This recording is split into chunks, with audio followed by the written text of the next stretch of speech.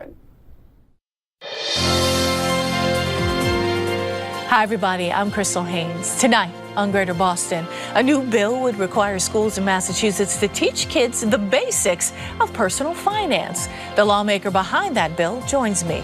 Plus, indie bookstores are having a moment, and book influencers are making reading cool again. And finally, celebrating their 14th birthday at 56 years old. How leap year babies are enjoying their actual birthdays this year. Taxes, credit scores, and loans. Did you learn about any of that in school? I know I didn't, but all of that could soon be required learning for kids in Massachusetts. That's thanks to a bill moving through the State House, which would mandate financial literacy education for all students in the state. The bill's sponsor, State Rep Ryan Hamilton of Methuen, joins me now, along with Jimmy Merino, a high school student at Chelsea High School, and Julie Beckham, Rockland Trust Financial Education Development and Strategy Officer, whose Miss Bunny musical has been performed in elementary schools around the state to teach kids about saving, spending, and sharing. Welcome to you all. Awesome. Thanks for having us. Yeah. So, Rep, talk to me a little bit about why you wanted to put this bill forth. I mean, I didn't learn how to balance a checkbook or deal with online banking until I was in my 20s. So I guess maybe that explains it. That's it. I mean, I'm still learning, to be honest with you. But you summed it up right there. You know, it was something that I never got really taught in school. There weren't many avenues to learn. And it's something, you know, going through Massachusetts public schools from K through college, you know, we're asked younger and younger to make very important financial decisions. And right now, we're not equipping our students with the tools to make educated financial decisions. So, you know, we saw the need, and now we're moving to address it via our legislation. That's true. We're going to pull up a graphic here. A report card put out every year by Champlain College's Center for Financial Literacy graded Massachusetts with an F for efforts to improve financial literacy in the state. Rhode Island actually got a C, New York got a B, Virginia and Alabama both got A's. Jimmy, I mean, talk to me about how valuable financial literacy class would be to you. Yeah, I think it's quite personal. Both my parents are immigrants from El Salvador, right? And I'm navigating the system without necessarily having someone to teach me about these skills, these financial skills. And, right, all my life, my parents have always emphasized education. Education has been something that's been valued, but education isn't just about academics. I think it's about learning what we need to do outside of high school, what we need to do to prepare for our futures and achieve this financial independence. And it also helps so that you're a generation that then adds to the next generation, right? Of course, and I think if we provide this financial education, right, I grew up in a position where my parents didn't necessarily have the skills to teach me financial literacy, right? If I were taught this, I would be able to expand this onto them. I'd be able to teach them some of these things and then also teach others. So I think that's why it's incredibly important. For sure. And Julie, I'm sure you hear this all the time. Yes, I mean, the ripple effect of what Jimmy is talking about is getting this knowledge for himself and being able to teach his parents, to teach his future children, to teach his community. That is a magnifying ripple effect. And the fact that Massachusetts is getting an F in education, this great state of Massachusetts where we have the best universities, the best healthcare, the best of so many things, we should be really upset about that, and we should be doing something, which is why I'm so applaud Representative Hamilton for putting this out here. It's so timely and so we're late to the game, so it's actually more than timely. Yeah. Without a doubt. I mean, Julie, like you said, an F in anything educational-wise in Massachusetts is unacceptable. And you know, when it comes to other states, you know, like Alabama, Mississippi getting A's compared to our F, the only time we should be losing out to Alabama and Mississippi is if we're playing them in college football. Yeah. we should not be losing out when it comes to financial literacy. And frankly, we're doing all of our young people a disservice. And you know, their parents, grandparents, you know, learning never stops when it comes to financial literacy. So this course, I think, will have a ripple effect, not only for our young people who will be taking it, but for those below them and, frankly, their parents and elders above them in terms of learning more about our financial systems and how to best use them to our advantage. How do you think this is going to incorporate with all of the curriculum that the state's sort of trying to play catch up on since the pandemic and things like that? You know, we also know that the MCAS scores in math specifically haven't been great for the state. Yeah, so part of it is really, I think, just getting everyone on the same page. You know, because actually my aunt, she's a teacher up in Lawrence. She teaches at Lawrence High. She actually teaches some financial literacy courses. And, you know, there are some cities and towns across the Commonwealth that do, but it's sporadic, it's not uniform, and it's not getting to enough students. And I think, you know, like you said, when it comes to our MCAS scores, when it comes to math, this is all interconnected. And frankly, this financial literacy course is going to help our students for years, for the rest of their lives. So that's why I think it's really so important for us to incorporate that in Massachusetts. So how would it work? Would it be sort of like an elective in high school? So it would be a standalone course, okay.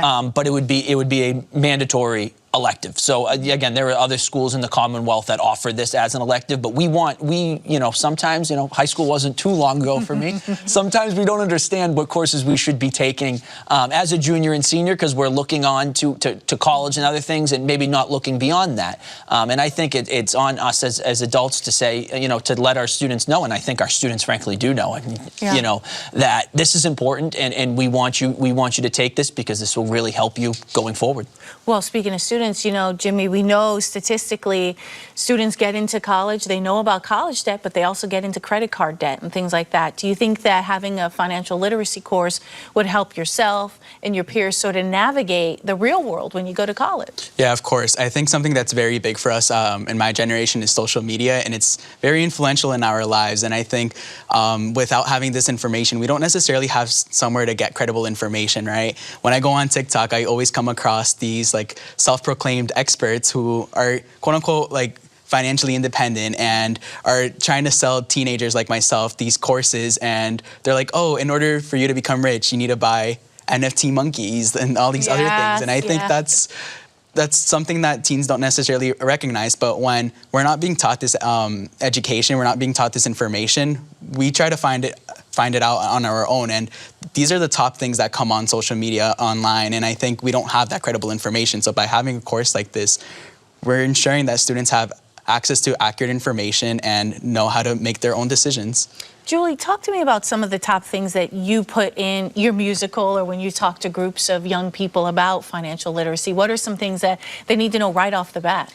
I mean, for elementary schools, like you said, I sing about saving, sharing, and spending, and now it's online, Miss Money's Classroom, and it's free, and it's in Spanish as well. But when we talk about teenagers, something that you wouldn't think about talking about is the safety issue. This has become a dangerous situation because teens have access to everything on their phones. So like Jimmy was just saying, you know, the access to be scammed is huge, and now the biggest the geographic of people being scammed are 18 to 24-year-olds. Really? So there is, you know, a bottom line to this that is very dangerous for students. And there's actually a study that was just done that having a significant or a standalone class in personal finance can save you $100,000 in your lifetime because of knowing your credit score, knowing, again, how not to get scammed, knowing the difference between an APR and an APY and what that means and why it's important and how to get the best rate on a loan or anything like that. So all of these things, nobody gets a free pass to not have to deal with money. So we need to teach our children those skills in order for them to achieve. Yeah, for sure. You know, I was struck by what you were saying, Jimmy, earlier about I was a first-generation student going to college, and I didn't necessarily have the resources. How do you think a bill like this and these courses that would be in high schools across the state really help sort of close that gap in terms of being able to have, you know, generational wealth, you know, for low-income students or first-gen students? Yep. So, and part of it, too, I mean, this is going to be for a half-a-year course. So, I mean, being honest, you know, it's not going to teach you everything. Right. But really, it's really what I like to say is the spark. It's the spark that will make you more knowledgeable of our financial institutions and make you want to gain more knowledge and show you where to gain that knowledge. Because like Jimmy said, unfortunately, you know, you go on TikTok, you go on Instagram, you have people on there saying, you know, give me, you know, $30,000, invest $30,000 and I'll make you a millionaire in 3 days. And, you know, some people, you know, take that and lose serious amounts of money because of that. And just, you know, teaching people of some, you know, of some of the fraud that goes on when it comes to trying to steal your money with some investments and teaching them, you know, how to spot that, and then giving them the knowledge on how to invest properly and, you know, it will have that ripple effect through generations. I really believe that. Do you think the current teachers that are on staff now have the ability to teach this course? Oh, absolutely. There's no doubt in my mind. I mean, there are going to be training programs we'd have for our teachers, and our teachers. I come from a family of teachers. Like I said, my aunt's a teacher, my mom and my sister. Everyone's a teacher basically in my family, and they are some of the most smartest and resourceful individuals I know, and they know that this is important for their students. They're going to find a way to get it done, and I think, frankly, they might learn something as well. Like I said, you never stop learning. That's right. And but I definitely think our teachers are up to the task. There's no doubt. Jimmy, when you talk to your friends or your peers about this kind of course, do you think they'd be eager to take it, or would they be like, oh man, another required course? Yeah, so I currently serve as a student representative on our school committee in Chelsea, and one of my responsibilities is talking to students. So when I talk to my friends, when I talk to my peers about kind of like exploring financial literacy and why they haven't taken it, a common response is they simply can't because of other graduation requirements, or, for example, having to prioritize AP or honor classes for their college application, other things like that. And by the time students realize the importance of taking a financial literacy course, it's already too late. By the time they realize its impact, they're already into their adulthood and they weren't able to have that opportunity to take it earlier on. So this is a real opportunity, and it's right there because it's a requirement, so they don't have to worry about missing out on any other coursework. Yeah, exactly. I mean, also a lot of the things around that is that they wouldn't have to necessarily worry about trying to shuffle their schedules around. They wouldn't have to worry about GPA decrease or anything like that because it's already, everyone's taking it. There isn't any room to avoid that. That's great. In our last, 30 seconds, Julie, I want to ask you, when you see kids learn about financial literacy, how does it feel to see them all of a sudden be able to unlock this door? That is the best part of my job, is to see the learning and to see them lean in. We don't talk about money in this country. We don't talk about it in our families, and we don't teach it in Massachusetts schools. So they want to know. Kids are curious about things that are not talked about and that they don't have access to. And so what does a teacher want? A curious student. We want to give them this information. Teachers want to teach it. Students need it. And the time is now. Well, thank you all. I really appreciate you. Important conversation. We'll see where the bill goes. Yep, looking forward to it. Thank you for having us. Thank you.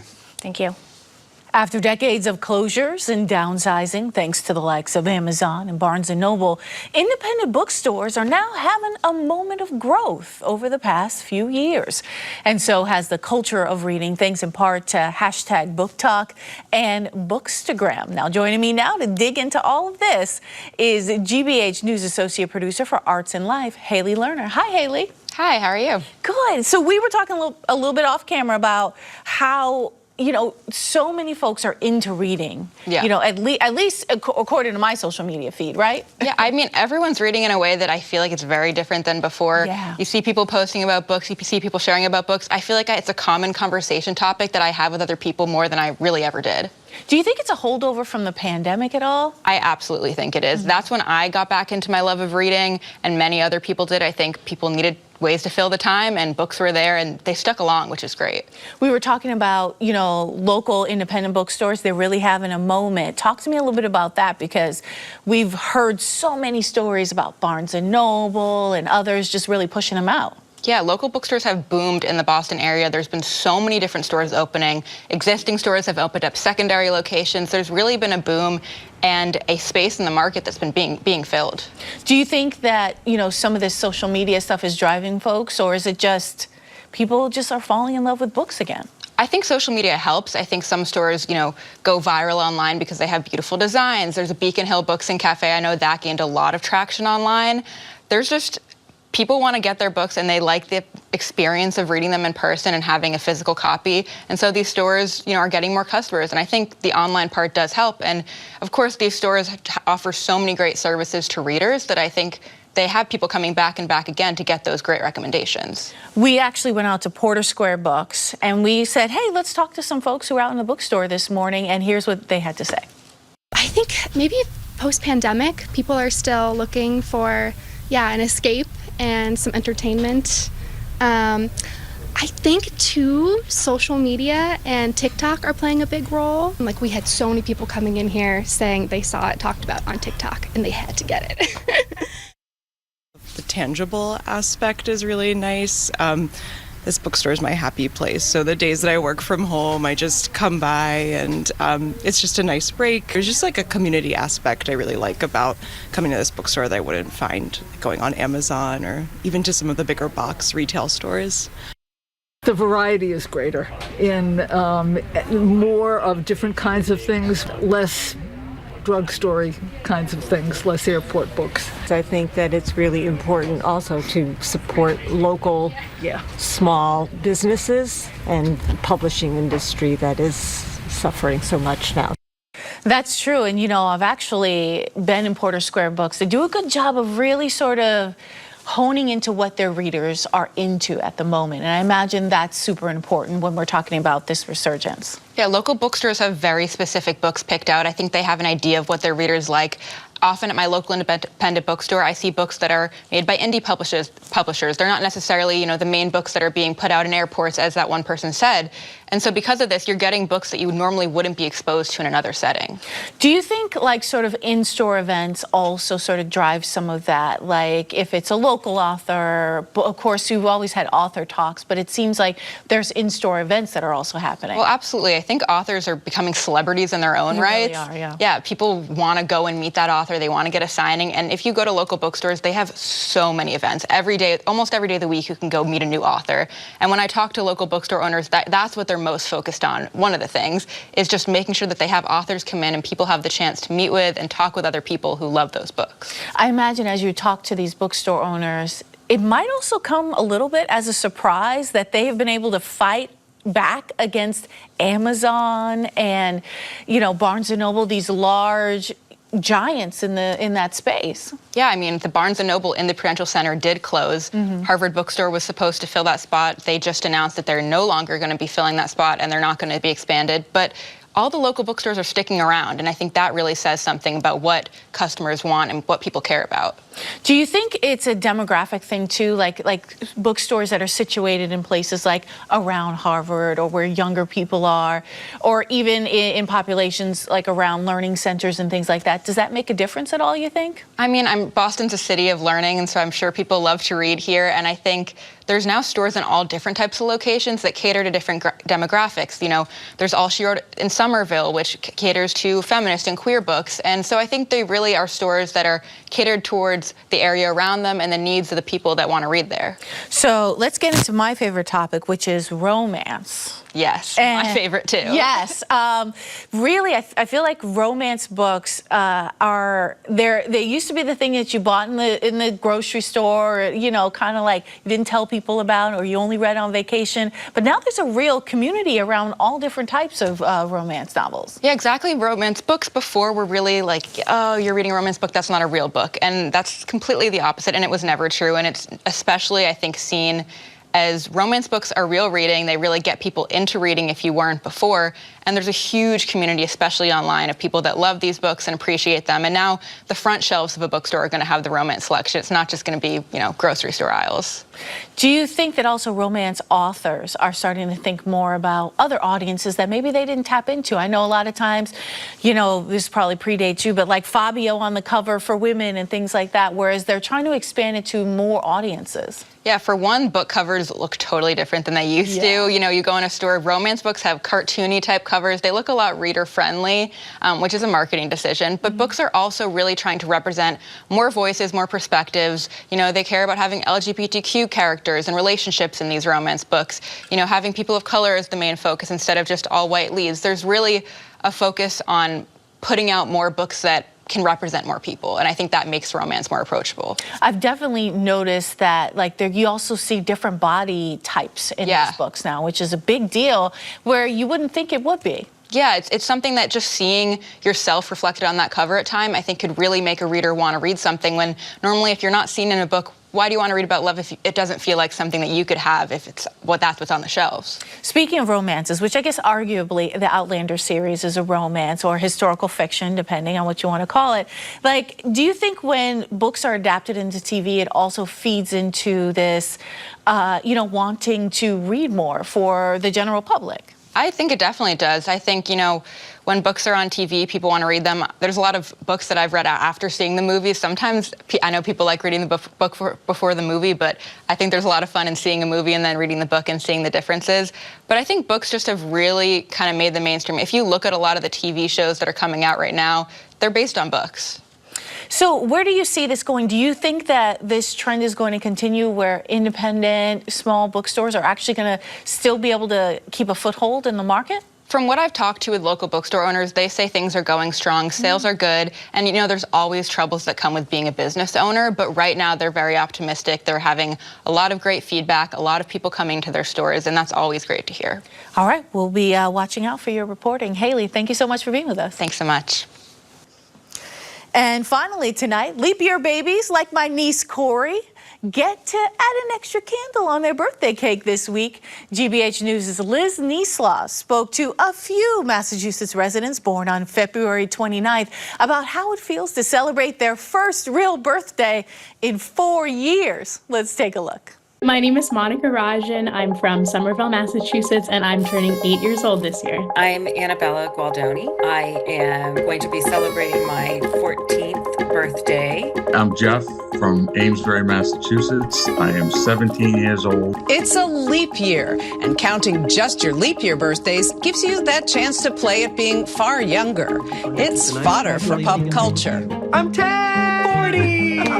I was born February 29th, and there have been 10 of those in my lifetime, therefore I'm 10! I'm Karen, I'm 3 years old. I'm 34. Well, someone giving their real age. Meet Callan. When is your 4th birthday? I don't know. It's a work in progress. Leap year baby Callan and these grown-ups were all born on a date which doesn't occur every year. With some exceptions, leap years happen every 4 years and add a February 29 to the calendar. People have been saying, you're turning 1, and he thinks it's funny. I feel like we're still at the age where we're counting like, I'm 3.5, so everything counts. But when you get older, things change. Family members is a big joke. No birthday for you this year, But seriously, why do we have this extra day? Astronomers like me tend to mark the passage of time based on the positions of celestial objects. So the Earth, moon, stars, planets, whatever. And I promise this is going somewhere. Like here's the sun, here's the Earth. Earth rotates. I wish I had more hands. Earth rotates around the sun. And because we like dealing with whole numbers, we call this time period 365 days. It's actually 365.242 days, just about a quarter of a day longer than a calendar year. Year by year, this wouldn't be a big deal, but the time adds up. So once every 4 years, you pick up an extra day. In 300 years, say you pick up, I calculate this, you pick up 75 days. Christmas Day might occur, midsummer. So we add in an occasional February 29. I have 3 family members who are all born on February 29th. Now that's unusual because while the chance of being born on any day is 1 in 365, the odds of being a leap year baby are 1 in 1,461. In Massachusetts in 2020, the last leap year, there were only 164 leap year babies out of a total of 67,220 total births. A rare birthday with a rare problem. When to celebrate? Since my kids were born, I always tell them, listen, I celebrate my birthday February 28th and March 1st now, so I get 2 days. I'll do both days on the year where there is 29. Mostly just to give my husband a hard time that he has to be nice to me for 2 days instead of just 1. What do you like to do on your birthday? Eat cake. But having a birthday that doesn't come up every year has its challenges. When doing mortgages and all of that type of stuff, I would usually get a call back asking for a correction. Oh, we have the wrong birthday. It's not coming up to 29th. Sometimes if I'm registering for something, it'll ask for my birthday and I'll punch in 2/29, 1968, and it won't come up. It would say that day doesn't exist. I've learned to go backwards I punched in 1968. It's only taken me 55 years to figure that out. I was 17. I remember when I turned 21, I had a lot of anxiety about whether my ID was going to be accepted at the bar, since it technically wasn't a leap year and it didn't match the same date that was on my license. Your driver's license. How does Massachusetts handle that? Massachusetts law tends to follow the birthday rule, which means that you're going to go to the same date the following year. That's when the license will expire. When you're born on February 29, there isn't a date the next year that matches that. And you can't do the day before with that approach because you're not yet a year. So the way the Registry of Motor Vehicles deals with it is they give you one additional day. Your renewal date for your driver's license will be March 1st of that year in which your driver's license expires. There is another instance where Massachusetts law has taken leap year into account. There's a licensing requirement for elevator operators in Massachusetts. They follow the birthday rule, but it's specifically carved out in the law. If you don't have a leap day birthday and no one in the room does, maybe this isn't something everyone's thinking about when they're drafting the law or drafting the regulation. Still, maybe there's something special for all of us in Leap Day. It's kind of an exciting day for everyone, right? Because it's something that doesn't happen every year. And so I always just encourage people to, do something special with the day. You get an extra 24 hours, right? So why not have fun with it? Don't ask me what a leap year looks like on Mars, because I'm sure there'd be a different definition of Martian day relative to Martian year, or Venusian day relative to Venusian years, because they'd probably have leap years too. That's it for tonight, but come back tomorrow. What's next for Brockton High as the state looks to provide more funding to curb violence there? Plus, we'll break down the backlash to Beyonce's foray into country music. That and more tomorrow at 7. Thank you so much for watching. I'm Crystal Haynes. Good night.